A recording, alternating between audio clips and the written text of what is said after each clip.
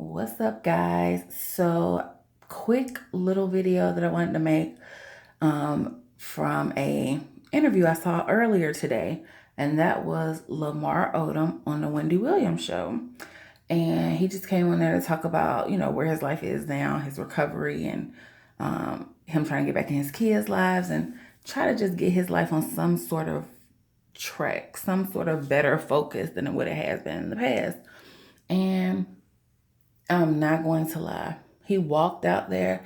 He looks so good. He looks really healthy. He looks clean. Maybe like a little Xanax or volume or something. He may have depression or some stuff like that or whatever. And he may have some medication he's still taking from the whole coma situation. So you never know. But he was kind of nervous and kind of, I don't know, I guess just nervous and trying to figure out how to work the interview. And Wendy cried. Wendy cried the whole time. I love Wendy. I have a love-hate relationship with Wendy. Let's say that. Because sometimes Wendy can be really, really annoying. She could say some real fucked up shit. But then sometimes Wendy can be the sweetest person and definitely relate to people on certain levels. And this would be one of the things where she shows that she's a relatable person, because what did she tell Lamar? She was like, you look good. You look good. Then she was just like, I'm not speaking. She said that I used to speak to you through the TV, speak at you through the TV. And she said, sometimes greasy. And he was like, yeah, sometimes greasy. And she was like, it was tough love. It was all, she was like, coming from me, from a former. She was like, I was once crack-ish. What's a crack-ish? Is that a thing? Is that a thing? That you just crackish?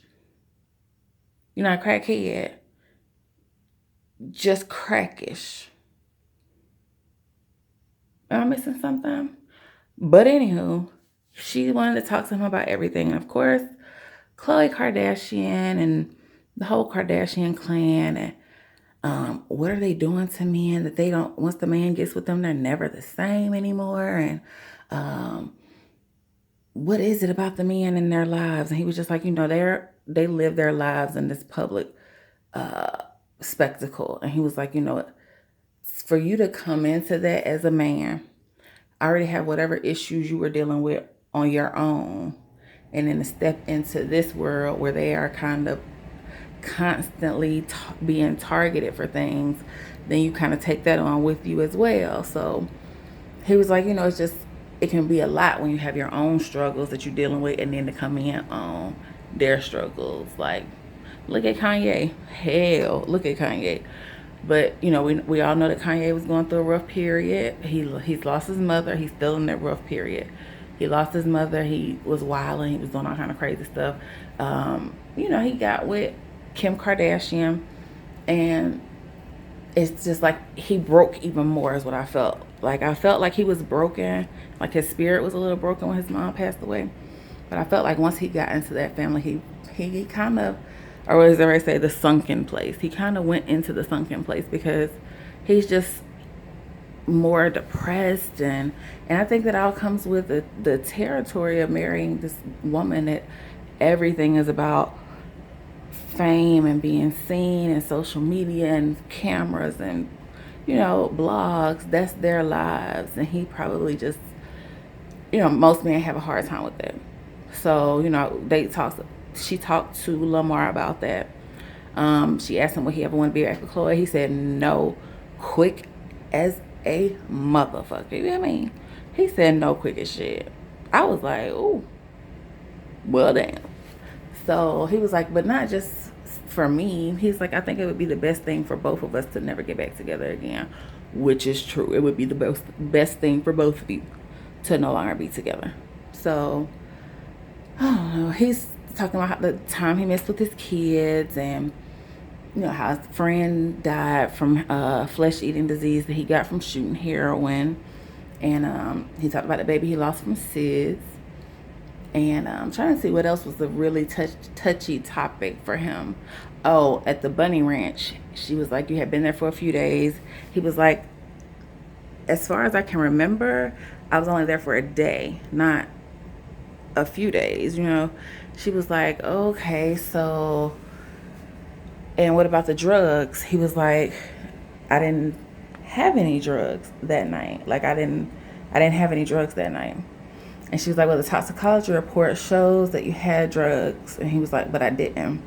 I kind of wish he would have said that he had some, maybe a couple of days before. Like I kind of wish that he would have said that, because this interview made him look kind of in denial and maybe not all the way sober. You know, maybe not all the way out of the using phase, because the first thing is to admit it. The first help to get in the first step to getting help is to admit that you have a problem. So he needs to admit it and try to move on past it. But my thing, like I said, was if indeed, which I don't know, it could have been a setup. It was just him and the girls there. They could have been like, oh, you like to party, so this is what we partying with. And, you know, he may not have known. And it's possible, very much so possible, for cocaine to still be in your system. Even, you know, if it was a couple days ago.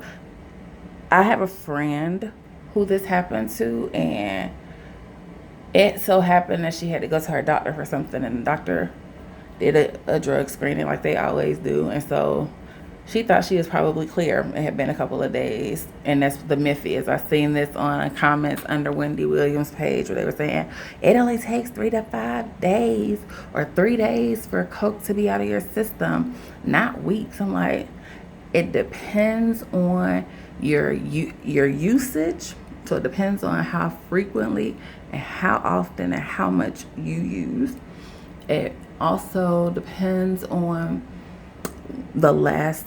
It also depends on your weight. Your weight has something to do with that too. And I'm trying to think if there's something else that.